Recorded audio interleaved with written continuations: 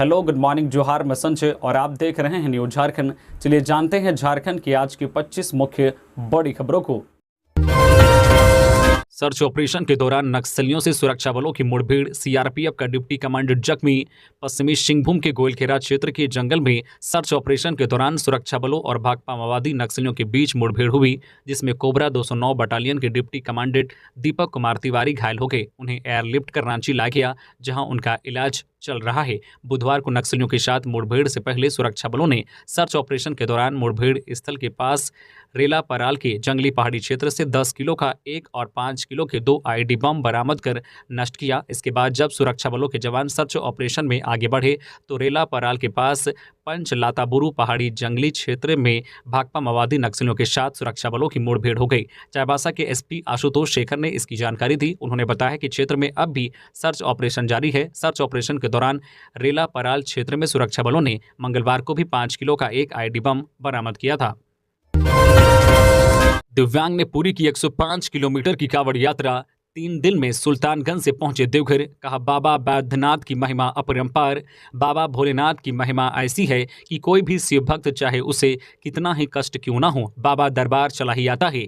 Hindi film का वह पुराना गीत आपको याद होगा, हाथी ना घोड़ा ना कोनो सवारी, पैदल ही जय बो तोर दुआरी। जो सक्षम है वह भी और जो शरीर से लाचार है वह भी भोलेनाथ की भक्ति में सराबोर होकर बाबा नगरी पहुंच जाते हैं।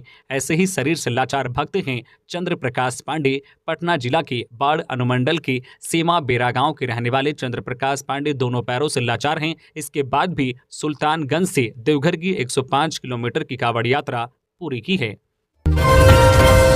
रांची समेत राज्य भर में आज कई जगहों पर बारिश के आसार। राजधानी समेत झारखंड में मानसून कमजोर रहा। मौसम विभाग के अनुसार राज्य में आज गुरुवार से मानसून की सक्रियता कुछ बढ़ेगी। इससे पूर्व उत्तर इलाकों समेत राज्य के विभिन्न हिस्सों में हल्के से मध्यम दर्जे की बारिश होगी। पूर्व उत्तर के संताल परगना में कहीं कहीं भारी बारिश होने का अनुमान है। विभाग के अनुसार 16 जुलाई से पूरे राज्य में अच्छी बारिश होने की संभावना है। पिछले 24 घंटे के दौरान राज्य में महज 3.7 मिलीमीटर औसत वर्षा हुई, जबकि आमतौर पर सामान्य वर्षापात का औसत 10.7 मिलीमीटर निर्धारित है। उत्तर के मुकाबले दक्षिणी झारखंड में काफ़ी कम वर्षा हुई। सबसे अधिक बारिश संताल परगना स्थित राजमहल में हुई। यहाँ पिछले 24 घंटे में 70.2 मिलीमीटर बारिश दर्ज की गई। बंगाल की खाड़ी में 2 सिस्टम बनने की प्रक्रिया में हैं। बंगाल की खाड़ी के मध्य पश्चिमी भाग से लेकर मध्य पूर्व हिस्सा तक एक साइक्लोनिक सर्कुलेशन बना है। साथ ही उत्तरी खाड़ी में भी 16 जुलाई तक एक अन्य साइक्लोनिक सर्कुलेशन बनने की संभावना है। इससे आने वाले दिनों में अच्छी बारिश होने की संभावना बनी हुई है। बीजेपी के राष्ट्रीय अध्यक्ष से मिले बाबूलाल मरांडी, मिले ये निर्देश। झारखंड भाजपा के नवनियुक्त प्रदेश अध्यक्ष बाबूलाल मरांडी इन दिनों दिल्ली में हैं। इस दौरान बुधवार को नई दिल्ली में बाबूलाल मरांडी ने पार्टी के राष्ट्रीय अध्यक्ष जेपी नड्डा से शिष्टाचार भेंट की। इस दौरान उन्होंने नड्डा का आभार प्रकट किया। साथ ही महाजनसंपर्क अभियान में जनता के मिल रहे अपार समर्थन से अवगत कराया। राज्य के राजनीतिक हालों पर विस्तृत चर्चा की। नड्डा ने बाबूलाल को संगठन को सशक्त बनाने के साथ जन मुद्दों पर आवाज बुलंद करने के निर्देश दिया। गुमला में 5 लाख के इनामी नक्सली खुदी मुंडा ने किया सरेंडर। भाकपा माओवादी का एरिया कमांडर खुदी मुंडा ने सरेंडर किया है। इस एरिया कमांडर पर 5 लाख रुपए का इनाम था। बिंदी के लिए आत्महत्या मामला। झारखंड पेरेंट्स एसोसिएशन ने की बाल संरक्षण आयोग से जांच की मांग।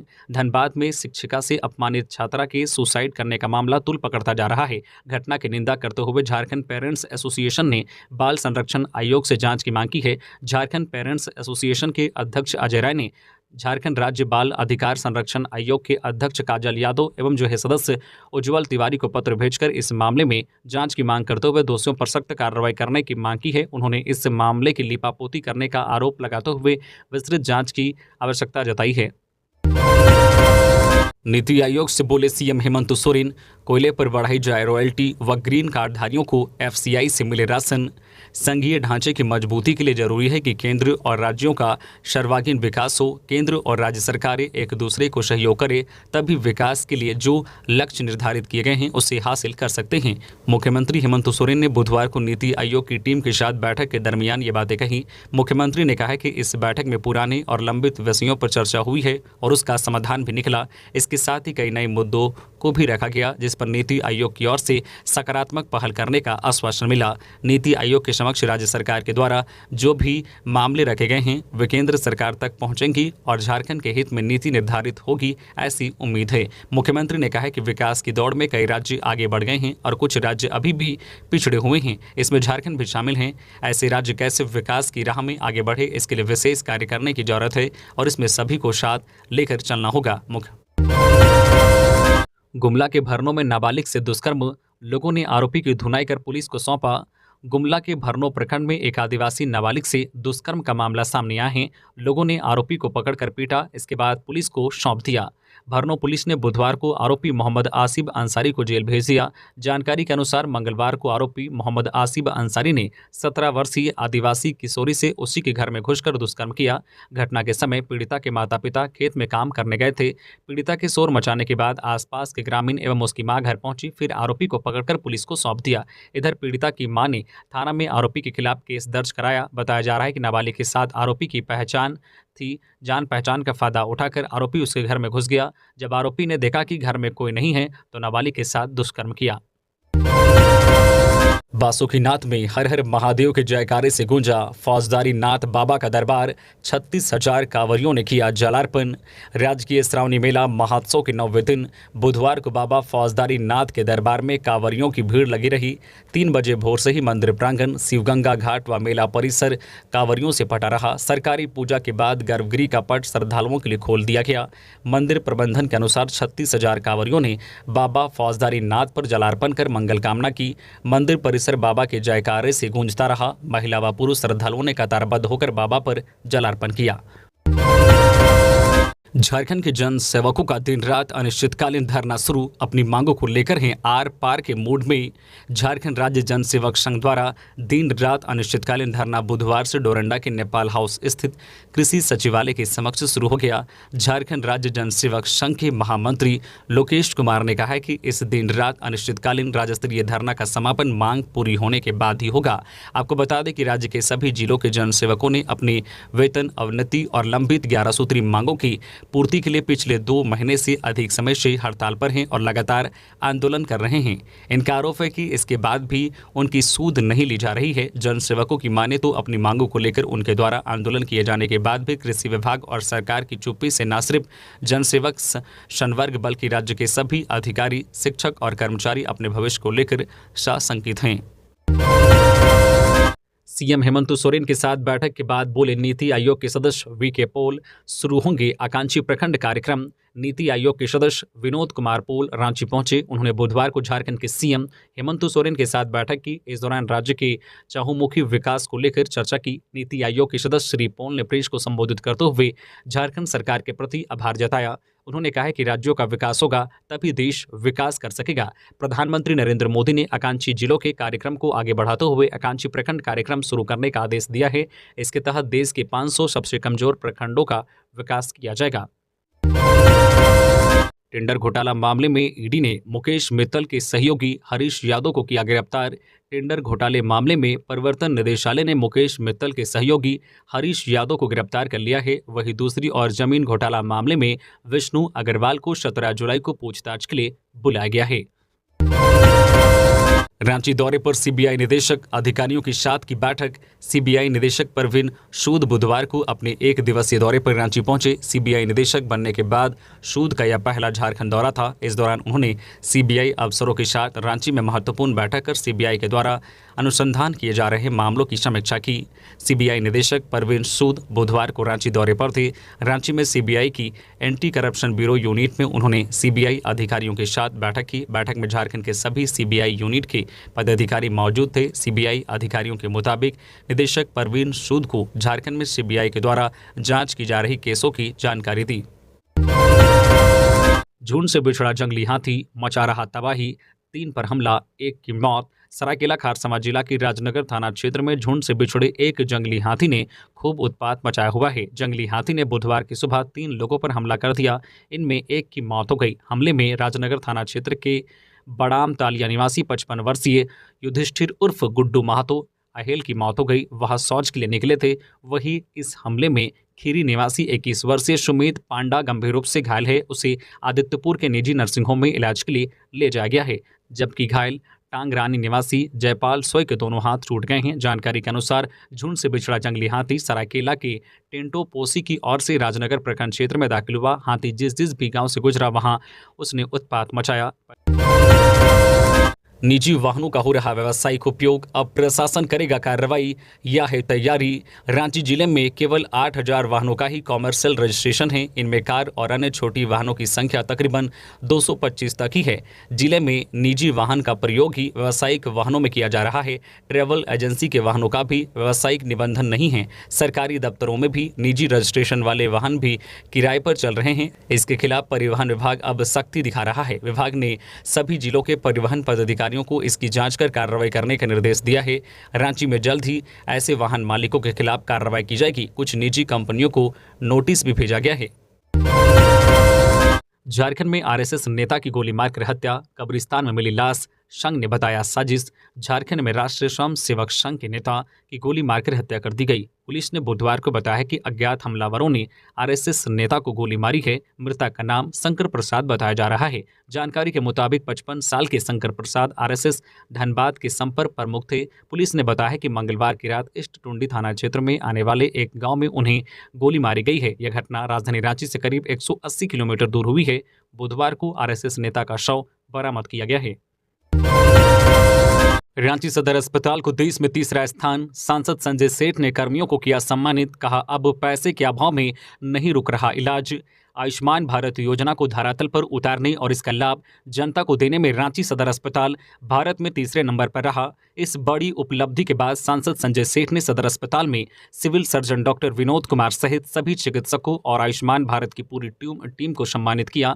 टीम को सम्मानित करने के लिए सदर अस्पताल पहुंचे सांसद संजय सेठ ने कहा कि प्रधानमंत्री नरेंद्र मोदी ने समाज के अंतिम व्यक्ति की चिंता की। पहले सामान्य से सामान्य बीमारियों के भी उपचार में लोग अपनी जमीनों को गिरवी रखते थे, जमीनें बेच देते थे, महिलाओं को जेवर बेचना पड़ता था, लोग कर्ज में डूब जाते थे, पर अब ऐसा नहीं होता। सांसद संजय सेठ ने कहा है कि प्रधानमंत्री नरेंद्र मोदी ने आयुष्मान भारत योजना ऐसे ही परिवारों के लिए लाई है। इसमें 5 लाख तक का उपचार निःशुल्क किया जाता है।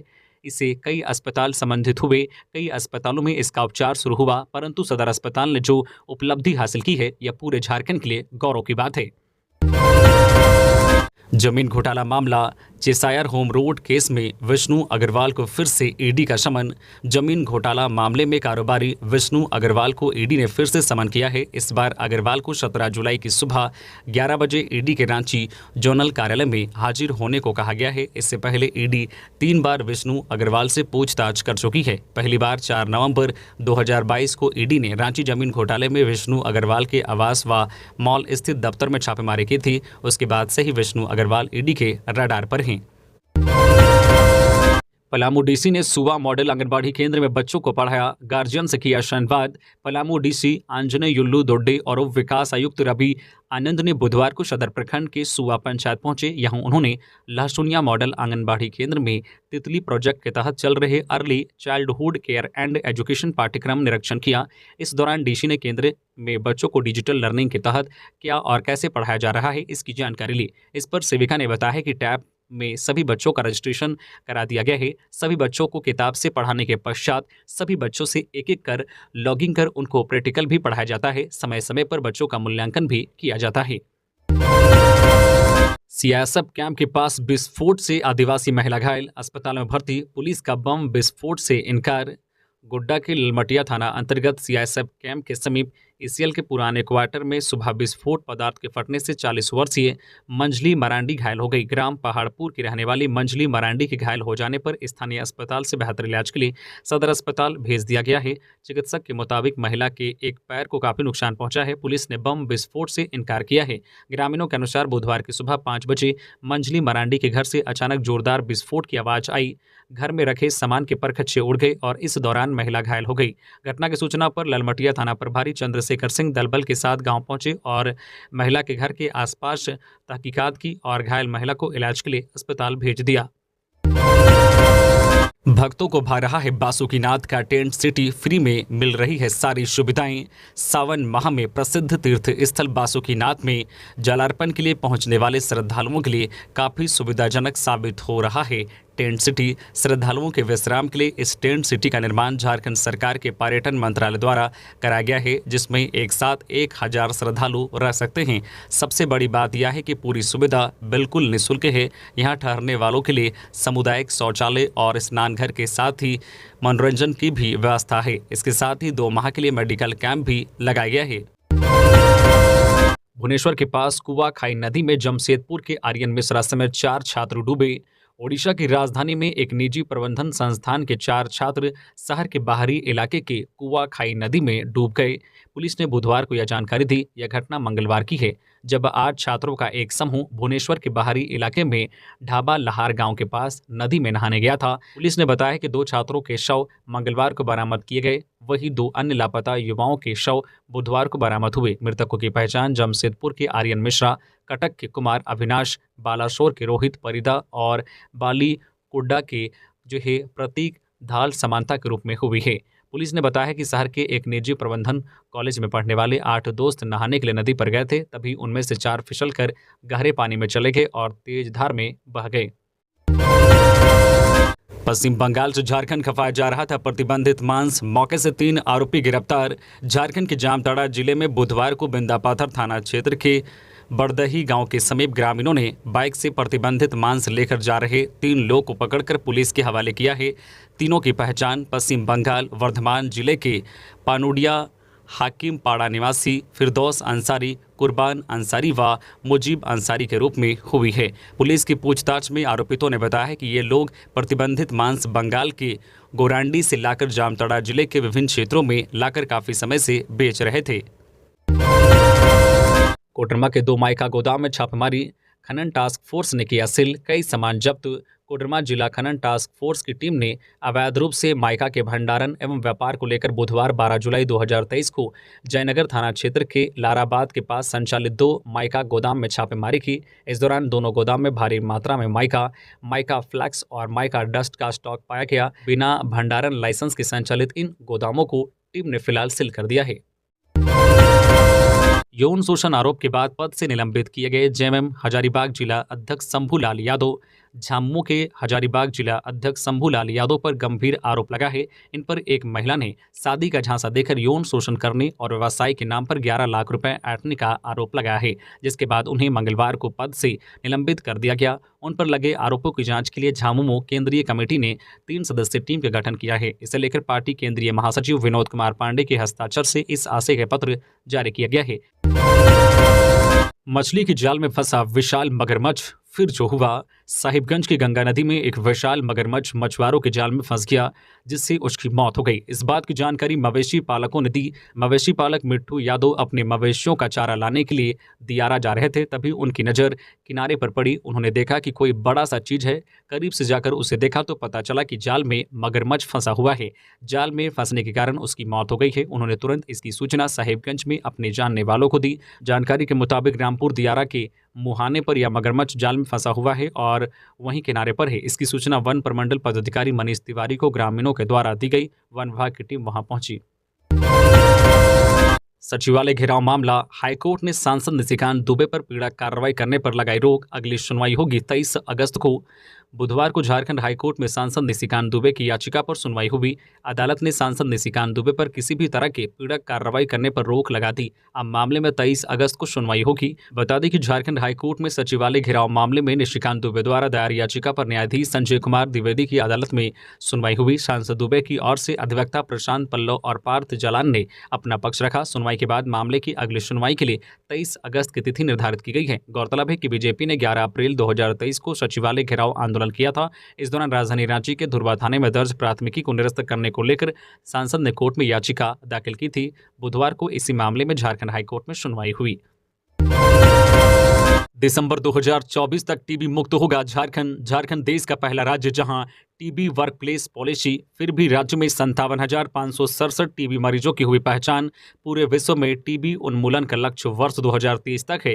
राष्ट्रीय लक्ष्य वर्ष 2025 तक है, जबकि झारखंड में टीबी उन्मूलन का लक्ष्य दिसंबर 2024 तक रखा गया है। अभी तक राज्य में 57,567 टीबी मरीजों की पहचान की गई है।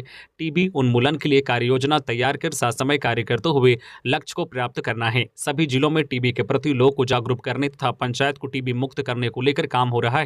जब तक एक एक गांव एवं पंचायत टीबी मुक्त नहीं होगा, टीबी मुक्त जिला एवं राज्य की परिकल्पना बेईमानी होगी। ये बातें सूबे के स्वास्थ्य मंत्री बन्ना गुप्ता ने कही। वह राष्ट्रीय याक्षमा उन्मूलन कार्यक्रम के तहत आयोजित TB workplace policy and corporate engagement to end TB के राज्य स्तरीय कार्यक्रम के उद्घाटन के अवसर पर बोल रहे थे। ग्रामीण समृद्धि को बढ़ावा देने में नाबार्ड की भूमिका अहम। राज्यपाल, राज्य में कृषि एवं संबंधित क्षेत्र में बड़ी संभावनाएं हैं, जिनका एक सुविधाजनक ढांचे के तहत दोहन करने की जरूरत है। उन्होंने संबंधित हितधारकों से ग्रामीण आबादी, विशेषकर कमजोर लोगों के सामाजिक आर्थिक सुधार के प्रयासों में सामंजस्य बिठाने का आह्वान किया। उक्त बातें राज्यपाल सीपी राधाकृष्णन ने नाबार्ड झारखंड क्षेत्रीय कार्यालय के 42वां स्थापना दिवस पर कही, जहां वो मुख्य अतिथि के रूप में कार्यक्रम में शामिल हुए।